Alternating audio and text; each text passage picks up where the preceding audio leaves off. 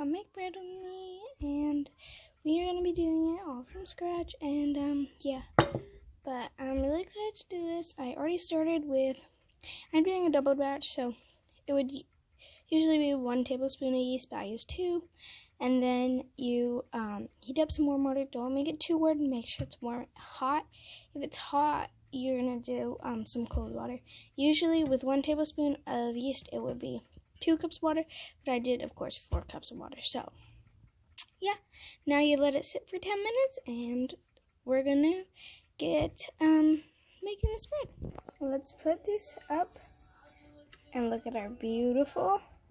There should be a tiny bit of these, like, patterns, and a tiny bit of that, maybe some more, but this yeast is a tiny bit old, so it's not as much. But if you get like brand new yeast, it probably will have like lots of foam on top. Don't think that's weird, don't scrape it. That's the best part of the bread. Makes it super fluffy. So yeah.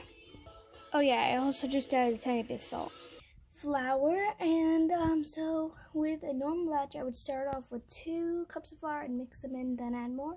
But for this one, since it's a double batch, I'm going to start with 4 cups and mix them in. So yep. Now you're going to get a big spoon, and you're just going to like, let me on zoom, I don't know how it's zoomed in, but mix it. I can't really do this really well with one hand. I'm also using my non-dominant hand, my left hand, because I'm using my right one to camera, so you guys will not be able to watch this, sadly, but I'll show you after I'm done mixing it. Another tip, when you start, like right before you put the water in the yeast, start your oven heating up at 350 degrees. So, it's kind of covered now because I forgot, but I might have accidentally put in 5 cups. So, I usually put in 8 to 9 cups in the double batch, and for the single batch, I'm pretty sure it's 5 to 6 cups. So yeah, 8 to 9, and so I'm gonna put in. So I think I put in 5, so I'm gonna put in 3 more, which would make 8. And if it looks right, then I'm not gonna add another cup. But if it doesn't look right, I'm gonna add another cup. So I will show you 100% promise after this flour is mixed in. I promise. All right. So I got this mixed. Why does this thing keep zooming in? I got it mixed. If you're using a mixer, just so you know, you don't need the spoon. You can use bread mixers. They work just fine. Just mix it till all the flour and dough is combined. And then if there's a tiny bit of flour, that won't be too bad. But now we're going to get to the part where it's kind of fun.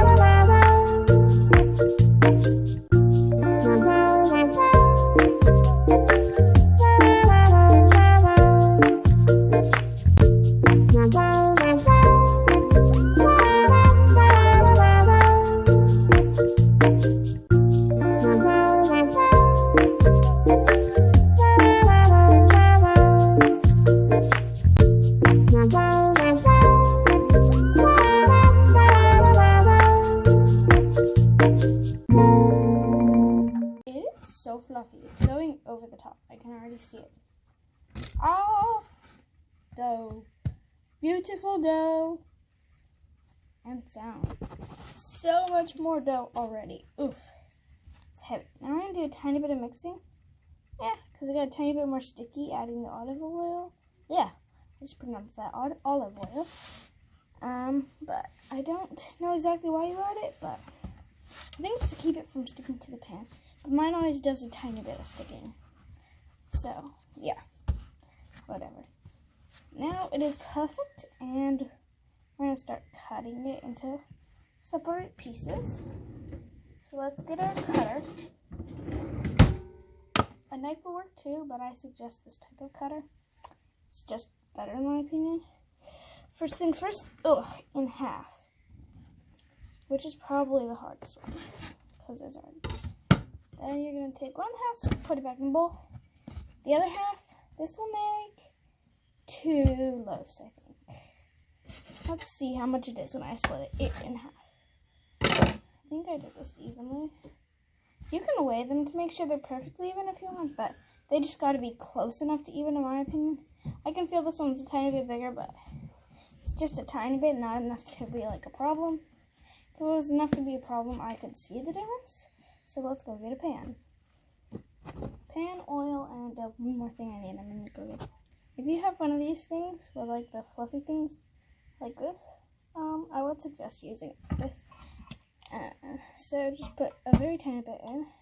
That was too much, so I'm going to get a second pan to oil there. Now we're going to pour some of this in here. Now we split that because that's enough oil for 2 pans. Now we're just going to greasy up the bottom and the sides and just everywhere so that we get this done. Okay, here's how we put it in the pan. First we're going to make it into kind of like a thick snake that's as long as your pan, kind of like this. Make one side very pretty and make one side either as pretty as the other side or as oppositely ugly as the other side. So take your prettiest side, for me it's going to be this side, and put it in upside down. I know. And then you're going to take that back out and flip it. And you're going to go squish, squish, squish. Squish it into one side like this. So it's like half, and it's going to fill in there and rise up a bit in the oven. So, yep. So the second piece that was bigger, I'm actually going to have to take some off. It's too big for making a loaf of bread, so I'm just going to take off like that much and plop it in with the rest of the bread. Then we're going to do this. And pretty side bottom. Turn over and squish, squish, squish. And second, with this one on the left, I'm going to make some pizza rolls, which are really easy to make, so fun. I'm going to put some salt in all these pans. These are all the bread ones. I'm actually making these right now, and I'm going to put them in the oven, because while I'm making those take a long time, and so these have completely rised like that, so I want to get these in the oven. Now let's put salt on these, and I'm going to put them in the oven for 35 minutes, and we'll check them. Mini camp chef oven today, so the rolls are put later than the bread, but the bread is ready to check.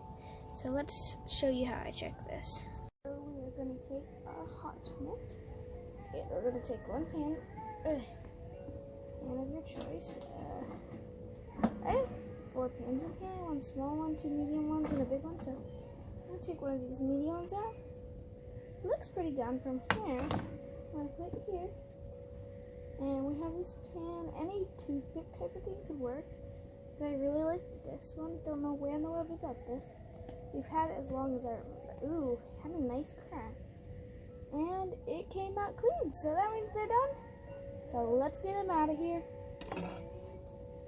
Now here's going to be how we get the bread out. So we're going to take one hot minute for the beginning. I'm going to move it here. And we're going to just take our butter knife and just kind of scrape it around the edges.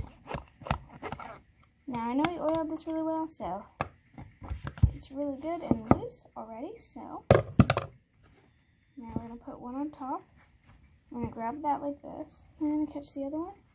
I'm going to go flip. And boom. Perfect bread. And then we're just going to flip it over onto our rack thingy. It's like a cookie rack. I don't know what it's called.